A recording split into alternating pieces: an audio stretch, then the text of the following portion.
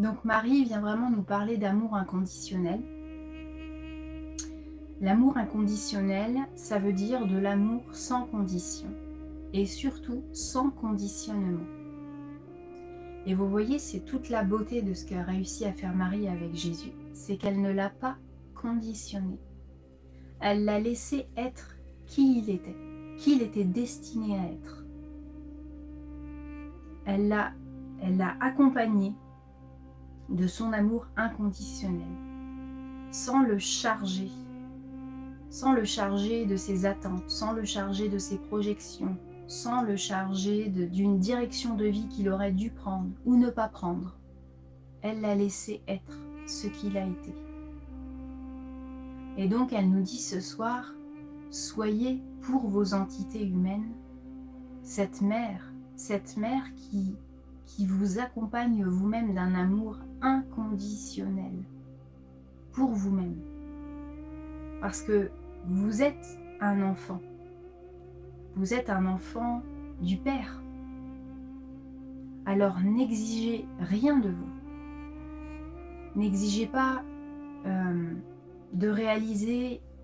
Vous avez le droit d'avoir des projets, des ambitions, des choses comme ça, mais juste veillez à ne pas exiger de vous des résultats. On en a déjà parlé la dernière fois, mais là ça prend encore plus sa dimension, les fameuses attentes que l'on a. N'ayez aucune attente vis-à-vis de vous-même. N'ayez aucune attente vis-à-vis de ce nouveau monde, de cette nouvelle émergence. N'ayez aucune attente. Soyez simplement l'instrument de paix qui se déplace dans ce monde.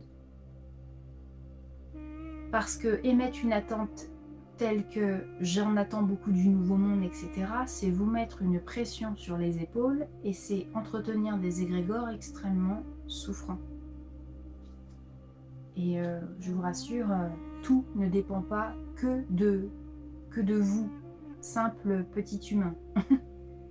C'est l'addition, c'est la somme d'un travail collectif. Bien évidemment, notre part à jouer, notre symphonie, dans cette part-là, dans ce plan-là. Mais tout ne repose pas sur nos épaules non plus.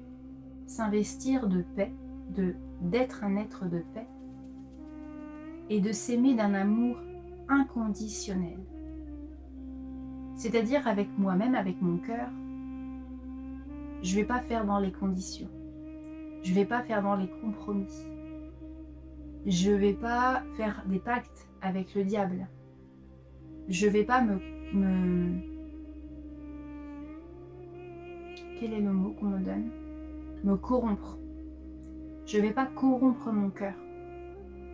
Mais tu sais, quand tu fais un acte dans un truc de « il faut que », c'est la moindre des choses, tu es en train déjà de te corrompre.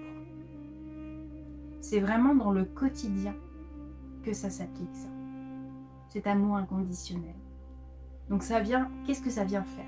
Bah ça vient te laver de la peur de ne pas être aimé.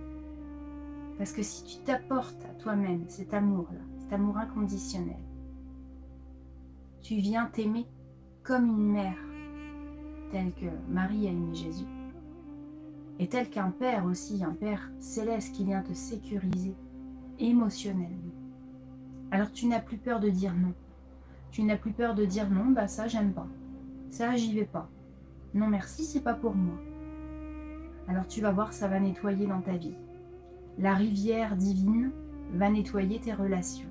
Parce que les relations, c'est en lien avec l'élément eau. Donc l'eau divine, les eaux christiques vont nettoyer tes relations.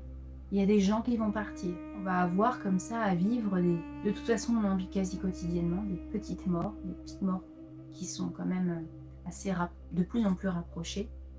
On meurt dans nos réactions, on meurt dans nos...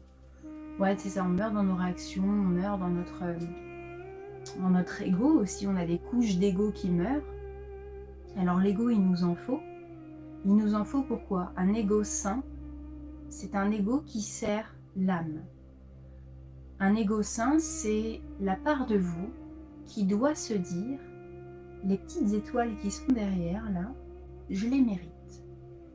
Je ne suis pas venue sur Terre pour travailler à la sueur de mon front. Je suis pas venue sur Terre pour mériter dans le sens travailler comme un fou, comme une folle, pour quémander l'amour. Je mérite dans le sens souverain de l'âme. Ça m'est donné par le Père, ces étoiles. Ça m'est donné par la Mère. L'amour sacré, il m'est clairement donné par l'intelligence de l'amour universel.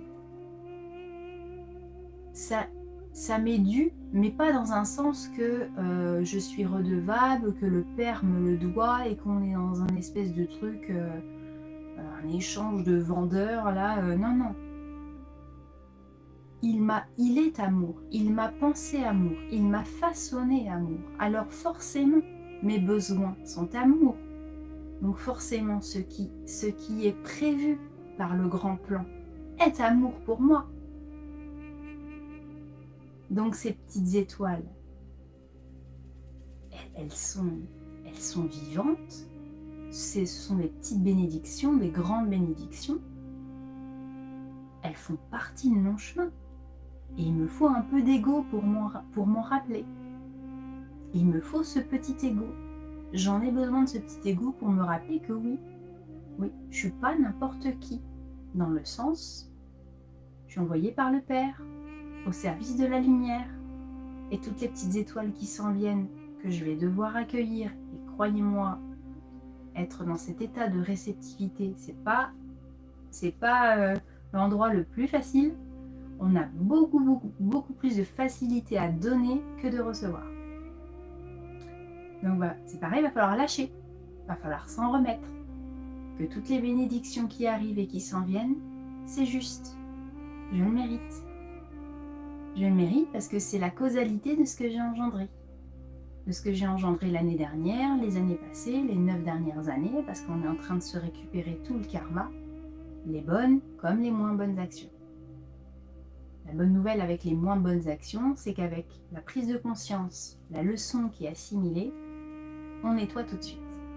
Et on ne s'embarque plus pour des années et des éons de souffrance. Et on n'engendre pas nos descendances aussi. Donc on nettoie.